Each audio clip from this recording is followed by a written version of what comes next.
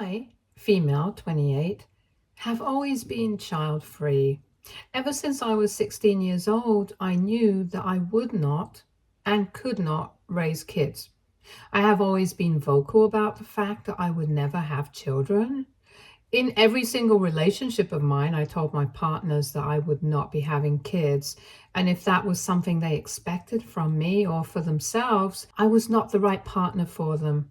Some of my partners were okay with this, but for some, it was a deal breaker.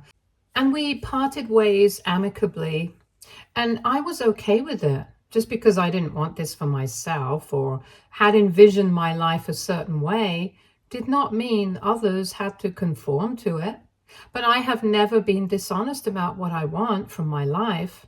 I have been upfront about this aspect of my life, and I have told every single partner that this is something non-negotiable for me. Some people ask me why I don't want kids, and I know it's because they want to convince me otherwise and tell me all about the joys of motherhood. But I hate these intrusive questions. To me, it shouldn't matter to anyone why I don't want kids. I am child-free, and that is the extent of the information I owe you. There is no need for anyone to know the rationale behind it. And if I'm being honest, the reasons are rooted in a lot of trauma that I don't feel comfortable recounting.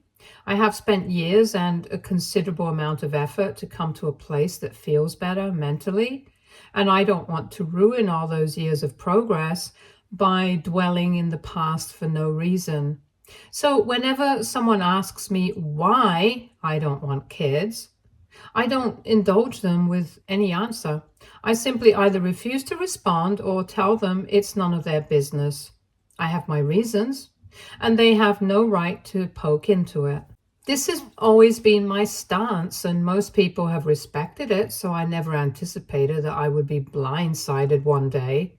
When I met my husband David, male, 33, 3 years ago, and we started dating, I told him from the outset that I wasn't someone who would have kids. He was always on board with it. At least that's what he said, and I believed him.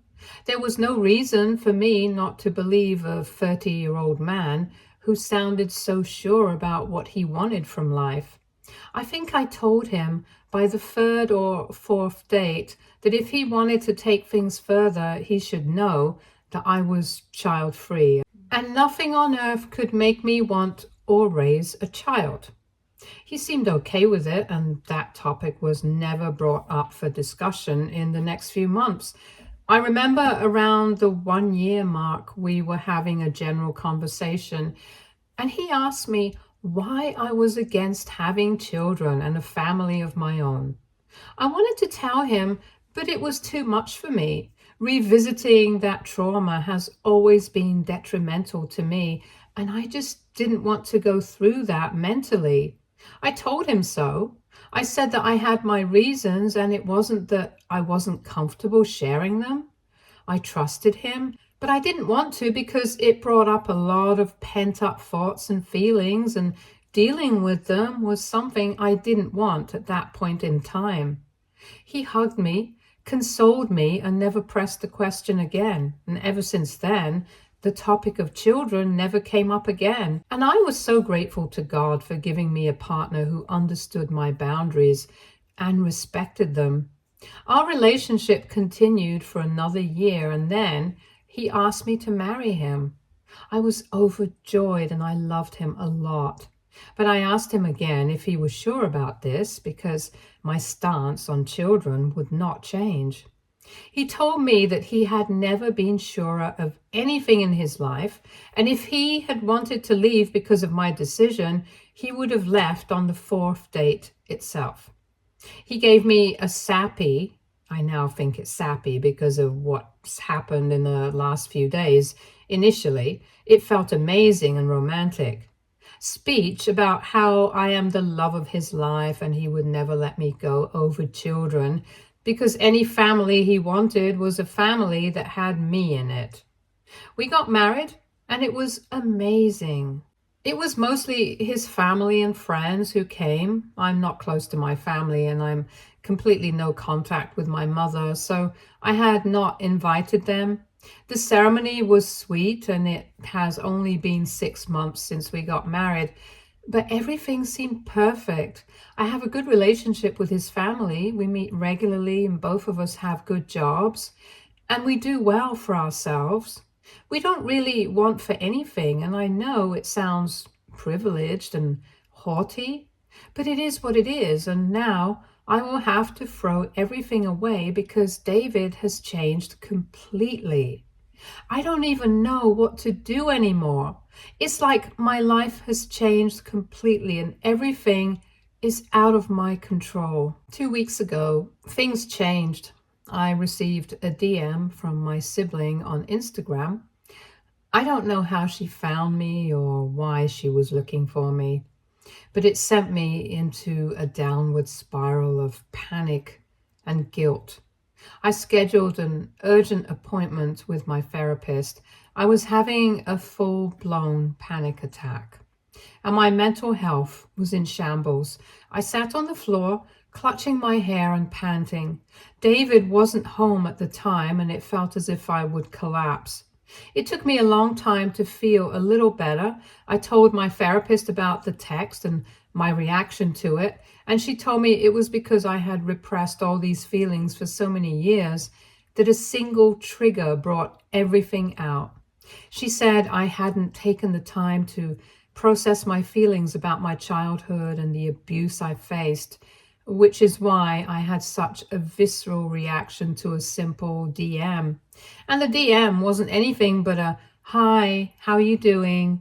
She told me it was high time I dealt with all these emotions and memories, and that suppressing and ignoring them was not the answer I was looking for, and that it would never heal me. She told me to talk to someone about it, if not her.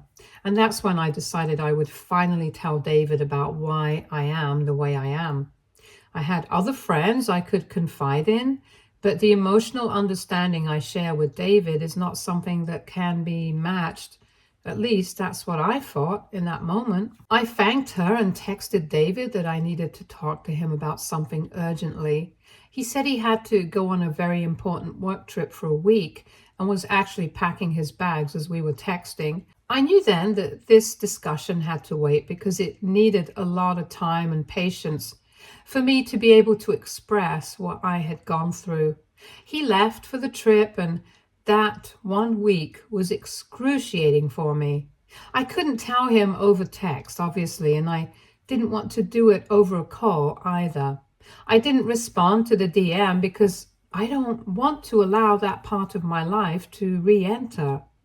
Finally, David got home and I ran to him and sobbed like a baby. He got so scared and held me for God knows how long. I just got it all out. I didn't have it in me to hold it back any longer. I told him to sit down, that I needed to tell him everything, and I just couldn't wait any longer. I was the eldest of 8 siblings.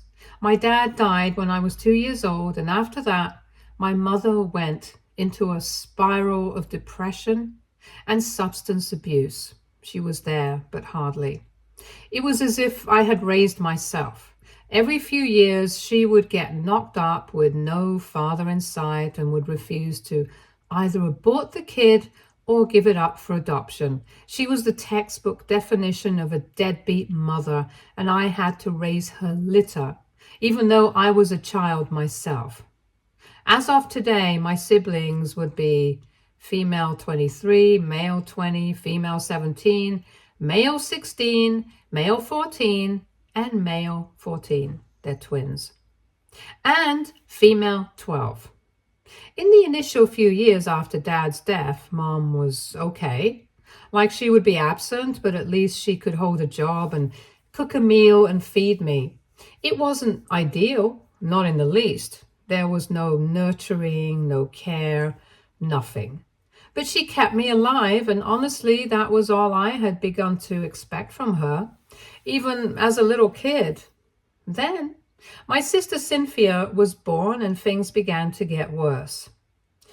She was a cutie and an easy child. She didn't cry much and she wasn't fussy at all.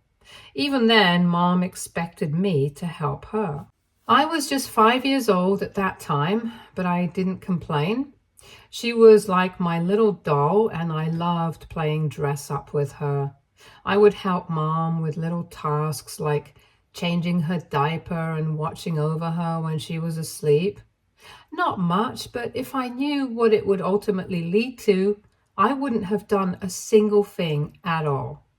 Gradually, Mom started pulling away from her, and it was only me who was with her. By the time she turned 1, Mom had started bringing up the excuse that only I was the one who could make her eat. I was the one she listened to, so naturally, all the responsibility fell on me. And sadly enough, this was true. And it was so because I took time with her, and Mom could not be bothered. I was the scapegoat. It was only years later that I realized this was weaponized incompetence. I liked doing stuff for Cynthia, and it never felt wrong. I mean, that's how I had grown up, and I thought all elder siblings raised their younger ones.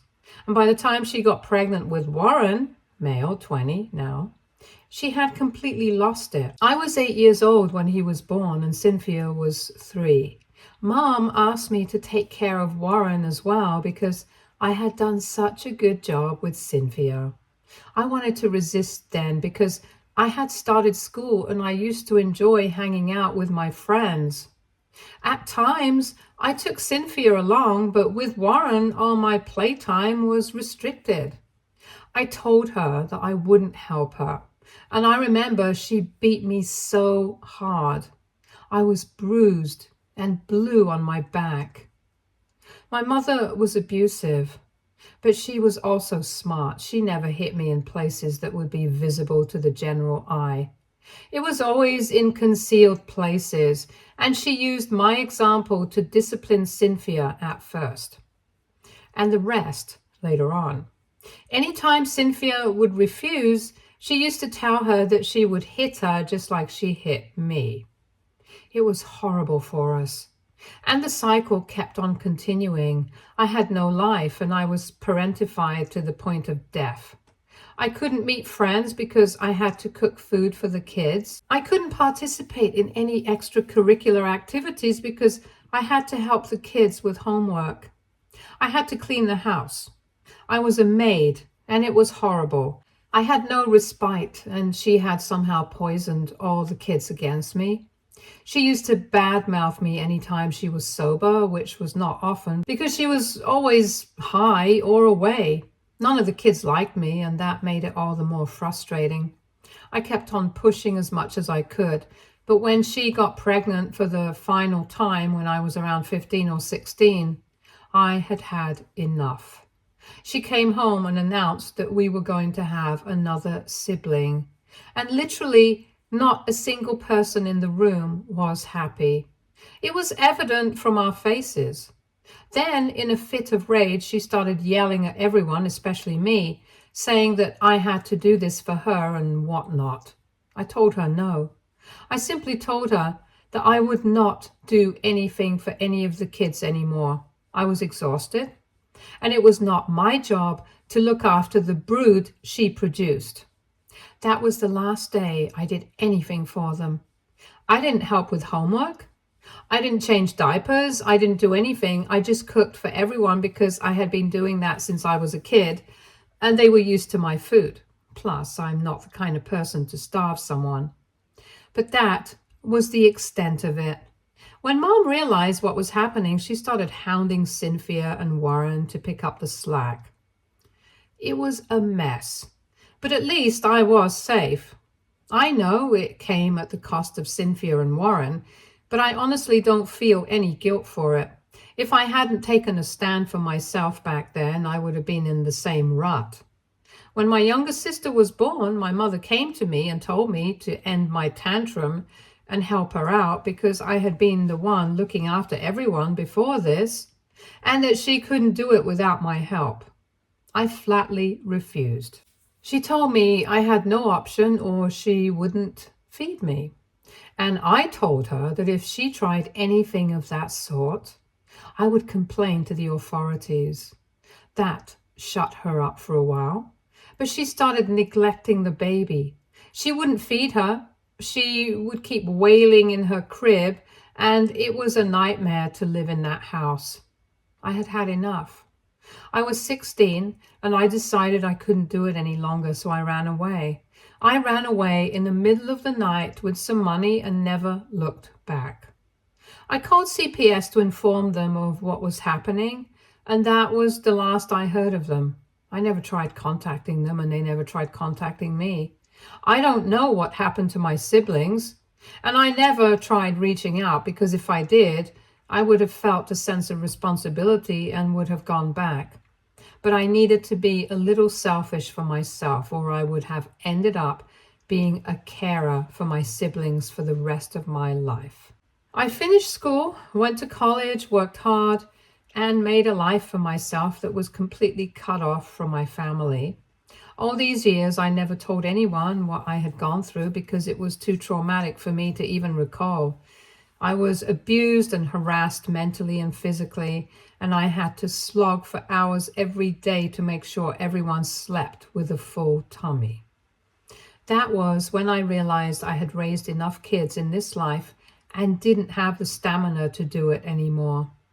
I was done with being a parent, and I wanted to be and remain an individual for the rest of my life. By the time I finished telling David the entire story, I was sobbing like a little girl, and he held me so close the entire time. I felt relief like I had never felt before, and it was such a surreal experience. I had cried so much that I had a massive headache. He took me to bed. I took some meds and I fell asleep instantly. I felt grateful that I had a husband who could understand what I was going through, and that I had found a partner I could share anything with. I never knew I was wrong, and that the one person who had vowed to protect me and support me would be the one to break my trust and shatter my confidence in people completely. When I got up the next morning, I realized David was not in the room. I knew he didn't have work because he had come back from the trip the previous night. I made my way downstairs and I heard him talking to his mother. I was about to go back to my room when I heard him say my name. I should not have eavesdropped. That's wrong. But the moment I heard him say my name, I had a sinking feeling in my stomach. I thought he was going to disclose everything to my mother-in-law, which I didn't want at all. I had shared the most traumatic part of my life with him in confidence, and I didn't want anyone else to know the shit show that my life was for so many years.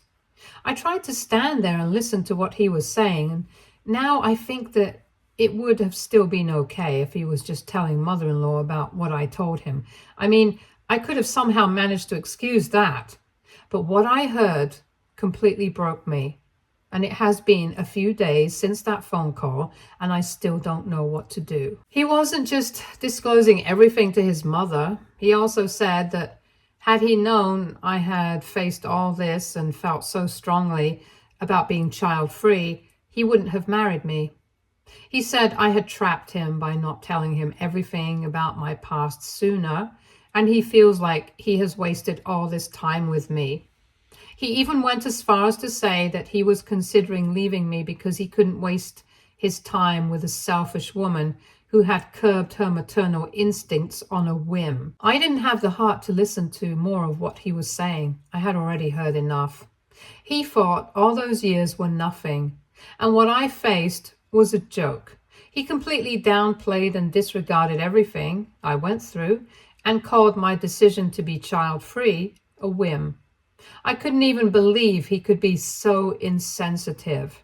He had been so good to me when I told him about my mother and my siblings, and now I see this completely different and vicious side of him.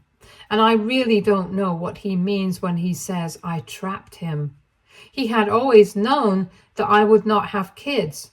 I had repeatedly told him, and I had repeatedly asked him if he was okay with it, and he always pretended to be okay. As a matter of fact, if he had a problem with my choices and wanted a large family for himself, He should have been upfront about it. He is the one who wasted my time, not the other way around. And the most disgusting part is that he came upstairs a few minutes later and was so nice to me. His behavior made me second guess myself, and I genuinely thought I might have heard wrong. I just can't look at him the same way again. He is an actor, and he has deceived me for far too long, and I cannot keep falling for his pretenses any longer. I just don't know what to do. I have had such a hard time these last few days that I don't even have the energy or the strength to confront him and tell him that I know what he said to his mother. It is just too isolating and depressing. And he knows something is wrong. He has tried talking to me about it, but I just brushed the topic aside, though I know I can't keep avoiding it any longer. I just don't understand why he would even agree to marry me or get into a relationship with me when he knew I didn't want kids. And he did. It just makes no sense to me. Sometimes I think maybe it's his mother-in-law influencing him, but he has never seemed to be the kind to be influenced by other people. But then, what do I know? I clearly don't know the man I married, and at this point, nothing should surprise me. I guess I just came here to vent. I don't know whether I should run, confront him, or just let it be for the time being. I feel stuck and I need help to get out of this rut. Update 1. I read all the comments carefully, and I'm so glad I did because they made me so much more vigilant and aware of what David could really do. And a few of you guessed correctly. He had planned to get me pregnant all along. I haven't confronted him yet, but now there is no other option but to do so because I found that all the protection in his closet was tampered with. Every single one had been pierced. I cannot describe the rage I felt. I feel so unsafe in my own house. I can't even confront him. I don't know what else he's capable of. I just know I can't stay here with him any longer. I tried to gauge his reaction and tested him a little. I told him that since the text from Cynthia on Instagram, I've been feeling very paranoid, and I had a session with my therapist as well. I told him that all that trauma has come back, and I now want to take actual and concrete steps to ensure I don't accidentally end up pregnant. We were having dinner when I said this, and he slowly lowered his fork and asked me what I meant. I told him I was planning on getting my tubes tied. That way there would be no risk at all. I wanted to provoke him a little more, so I also said that since we're both child-free, he could also get a vasectomy done so that we're both sure and there's just no room for surprises. I then said that the vasectomy was a better idea because it's an easier surgery, and the recovery time isn't long either. He looked at me as if I had asked for his lungs. He didn't say a word, and I knew then that he was going to do everything in his power to stop me from getting my tubes tied. And I was right. He said there was no need for all this, and that I was getting worked up for no reason. He told me surgery was an unnecessary expense, especially since we were always careful anyway. I brushed the whole topic aside and told him I wasn't certain, but it was just a thought that came to me. This happened 3 or 4 days ago, and he has initiated intimacy every single day since then. I think he wants to get me pregnant as soon as he can, and he's getting desperate now because I said I was contemplating surgery. So many of you guessed this right, but I didn't want to believe it. This man, this marriage, and this house, none of them are safe for me anymore, and I need to make an exit plan as soon as I can. Update 2. I confronted him. I hadn't planned to, but I did. I just couldn't keep it in any longer. He was getting very persistent, and I was getting annoyed. And then I reached my breaking point. This was the biggest fight of our entire relationship, and I know there's no coming back from this. I told him I heard him talk to his mom and what he had to say to her. He tried to deflect the blame and said I was in the wrong for listening to a private conversation between him and his mother. I told him to eat shit because he had been fooling me the entire time, telling me he was okay with me being child-free while secretly planning to get me pregnant all along. He told me I was falsely accusing him and had no proof that this was his intention, so I just opened his drawer and threw the stuff in his face. He turned as white as a ghost. He didn't say anything for a long time, but I was too angry to be quiet. I was screaming at him like a woman possessed, and I told him he had no business ruining my life and cheating me when he wasn't okay with my decisions. He broke down and told me he loved me and didn't want to let me go, and he thought that maybe he could convince me eventually. He said that all women want to be mothers, they just think they don't.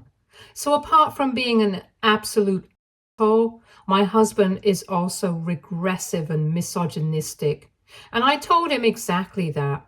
I asked him what his plan was because he knew I was dead set against having a baby. He would have known quite early on that the convincing wouldn't work on me. What was his plan of action then? He admitted what all of you were fearing. He said he thought that he would accidentally get me pregnant and then I wouldn't have gone for an abortion either way. I had no words left.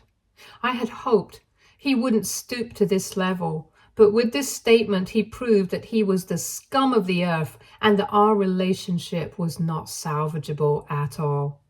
He apologized and said he would never do anything to betray my trust again and begged me for another chance. But I just went to a different room and locked myself in. I'm done with him, and I'm done with this drama. All I've ever wanted was a life of peace. I couldn't get it when I was a kid, and I haven't gotten it as an adult. I am sick of the hypocrisy and double standards of the world, and I think I'm better off alone. I cannot deal with this. I cannot trust David again, no matter what he does. I cannot forgive him. This is just unforgivable in my eyes. There is no coming back from this. Update 3. I've moved out and filed for divorce. I knew I had to do it, but David was in denial and kept asking me to forgive him. I didn't. His entire family got involved and they all came down for an intervention and hounded me, but I was just not in the mood for any kind of attempt to save the marriage.